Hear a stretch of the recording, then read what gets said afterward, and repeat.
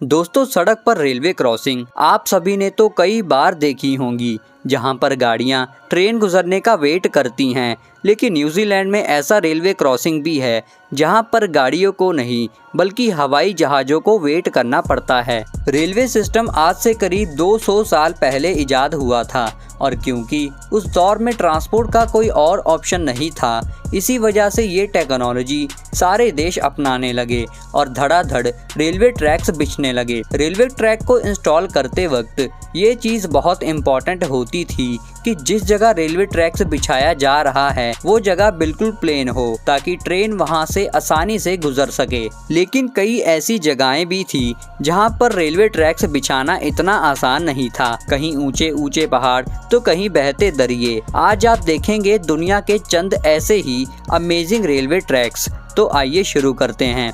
दोस्तों, वीडियो में आगे बढ़ने से पहले अगर आप इस चैनल पे नए हैं तो चैनल को सब्सक्राइब जरूर करें। नंबर 7, दुनिया का सबसे ज्यादा स्टीप रेलवे ट्रैक स्विट्जरलैंड में मौजूद है। ये रेलवे ट्रैक स्विट्जरलैंड के एक छोटे गांव एल्पनेस्टेड से स्टार्ट होता है, जिसकी हाइट 464 मीटर्स है। लेकिन इसकी मंजिल माउंट पिलेटस है, जिसकी हाइट 2128 मीटर्स है। यानी ये ट्रेन 1600 मीटर्स की ऊंचाई सिर्फ 4.6 किलोमीटर लंबे ट्रैक पे कवर करती है। अब क्योंकि आम ट्रेन के व्हील्स में कोई ग्रिप नहीं होती और वो इतनी ज्यादा चढ़ाई पर स्लिप हो सकती हैं, इसी वजह से इस रेल कार के व्हील्स गियर्स की मदद से स्पेशल तरीके से डिजाइन किए गए थे ताकि चढ़ते और उतरते वक्त रेल कार स्लिप ना हो सके।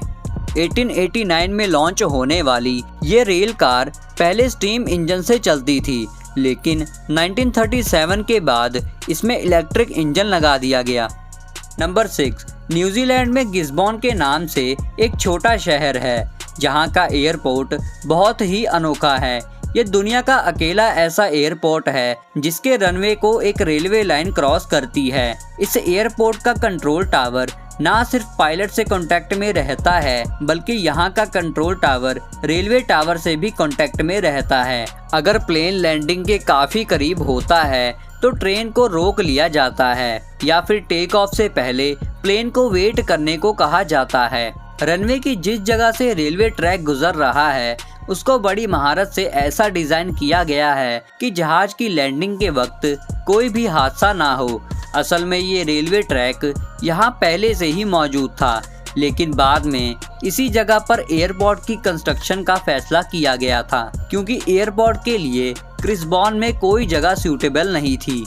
नंबर 5, स्विट्जरलैंड अपने खूबसूरत पहाड़ों की वजह से काफी फेमस है। इन माउंटेन्स पे रेलवे ट्रैक बनाना वाकई एक बहुत बड़ा चैलेंज था। 5270 फीट की ऊंचाई पर जर्मट नामी एक छोटा शहर मौजूद है। यहाँ से लेकर पूरे रास्ते सेंट मॉर्टिस तक ये खूबसूरत रेलवे ट्रैक 291 किलोमीटर लंबा है। यहाँ पर एक वक्त में सिर्फ एक ही ट्रेन चल सकती है, जिसको ग्लेशियर एक्सप्रेस कहा जाता है। पहाड़ और स्नोफॉल की वजह से यहाँ ट्रेन बहुत स्लो चलती है और ये पूरा सफर 8 घंटों में मुकम्मल होता है। इसी वजह से ग्लेशियर एक्सप्रेस दुनिया की सबसे स्लो चलने वाली ट्रेन भी कहलाती है। इस पूरी जर्नी में ट्रेन पहाड़ों पर बने 91 टनल्स में से होकर गुजरती है। यहाँ का एक टनल फुरका टनल कहलाता है जो 16 किलोमीटर लंबा टनल है और इस सफर के दौरान ट्रेन एक ऐसे ब्रिज से भी होकर गुजरती है जो 450 फीट की ऊंचाई पर बना हुआ है।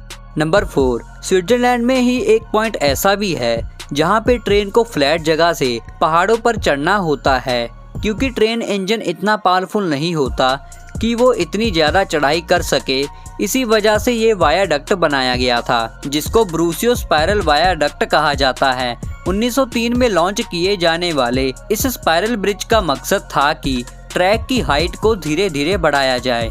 इस स्पाइरल ट्रैक की मदद से ट्रेन 20 मीटर की ऊंचाई को बहुत ही कम डिस्टेंस में कवर कर लेती है और इस तरह के स्पाइरल ट्रैक्स पूरी दुनिया में कहीं और नहीं हैं। नंबर 3, जहां दूसरी कंट्रीज में ट्रेन ट्रैक के ऊपर चलती हैं, जापान में एक ऐसा रेल नेटवर्क भी है जहां पर ट्रेन ट्रैक के नीचे चलती हैं। ये इस तरह का पहला रेलवे ट्रैक था जो जापान में लॉन्च किया गया था। 1970 में लॉन्च होने वाला ये ट्रैक दो एरियाज को आपस में मिलाता है, जिसको शॉनन मोनोरेल नेटवर्क कहा जाता है। इस ट्रैक की लंबाई सिर्फ 6.5 किलोमीटर है और ये ट्रेन टोटल 7 स्टॉप्स पे रुकने के बावजूद भी मुसाफिरों को स्टार्टिंग पॉइंट से एंडिंग पॉइंट तक सिर्फ 14 मिनटों में पहुंचा देती है। नंबर 2, 450 किलोमीटर लंबा ये रेलवे ट्रैक थाईलैंड के शहर बैंगपोंग से स्टार्ट होता है और बर्मा के शहर थैन ब्यूजियाट पे खत्म होता है। वैसे तो ऑफिशियली इसका नाम बर्मा रेलवे है, लेकिन असल में ये डेथ रेलवे के नाम से जानी जाती है। इसको डेथ रेलवे इस वजह से नहीं कहा जाता क्योंकि ये बहुत डेंजरस है, बल्कि इसके पीछे एक बहुत बड़ी कहानी है। वर्ल्ड वार 2 के दौरान आर्मी ट्रूप्स को खाना और वेपन सप्लाई करने के लिए एम्पायर ऑफ जापान ने ये ट्रैक बनवाया था, लेकिन इसको बनवाने में 1 लाख से भी ज्यादा वॉर प्रिजनर्स का इस्तेमाल किया गया। ये माना जाता है कि 415 किलोमीटर लंबे इस ट्रैक को जल्द से जल्द बनवाने के लिए वॉर प्रिजनर्स पर इतना जुल्म किया जाता था कि इनमें से 50% वर्कर्स मौके पर ही मर गए, जिनको वहीं ट्रैक की साइड में दफन कर दिया जाता था।